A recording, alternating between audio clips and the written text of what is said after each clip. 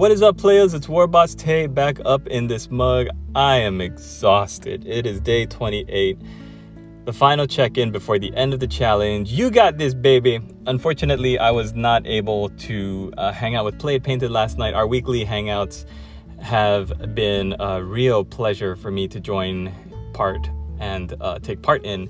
Unfortunately, I had a bunch of stuff in my personal life pop up at the last minute that I couldn't carve out the time, and I'm really sorry about that. But I was able to get a little bit of painting time at my table in between everything that I was dealing with, and early this morning before work. And I found that painting before work is a nice way to really focus my mind and wake me up in the morning. Have a nice cup of coffee, wake up a little bit earlier than I'm used to, and just knock it out. So here is one of the 3 Putrid Blight Kings.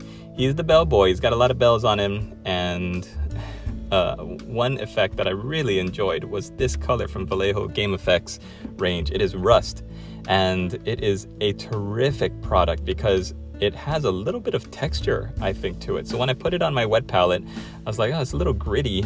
And when I painted it on the miniature, I just painted it over a Mournfang Brown base. I painted the entire axe Mournfang Brown, and then I stippled this thing on. It covered so nicely, and you can see it's got that great patchy natural rust look to it. I just love it. So I'm gonna glaze it a little bit, darken it down with some black or brown washes, and then maybe add a couple of dry brushed silver points just to pick out the metal again. But I'm really pleased with how that works. So if you have any rust that you paint on your miniatures, I would highly recommend going out and get it.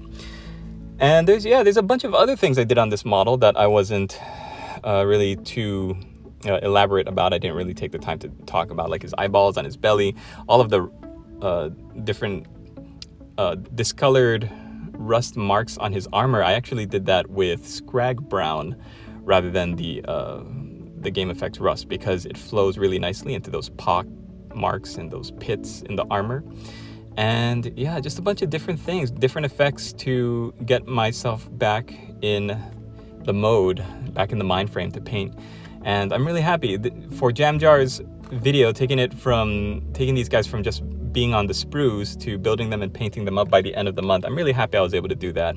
I'm using them as my training program to really finish the Kingdom Death models to a high standard, because the Kingdom Death models are so detailed and they're a lot smaller scale than these big boys.